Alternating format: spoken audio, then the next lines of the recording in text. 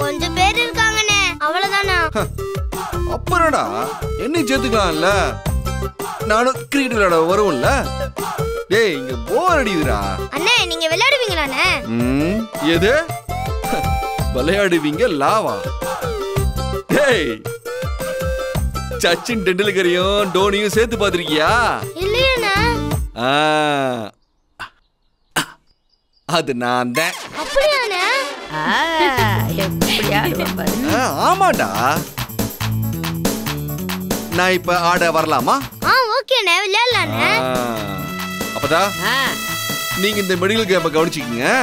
நான் அப்படியே போய் கிரிக்கெட் விளையாட்டு வந்துடுறேன். அப்புறம் எத்தனை ஓவரு, டீமுக்கு எத்தனை 6 வேணும்னு மட்டும் சொல்லு.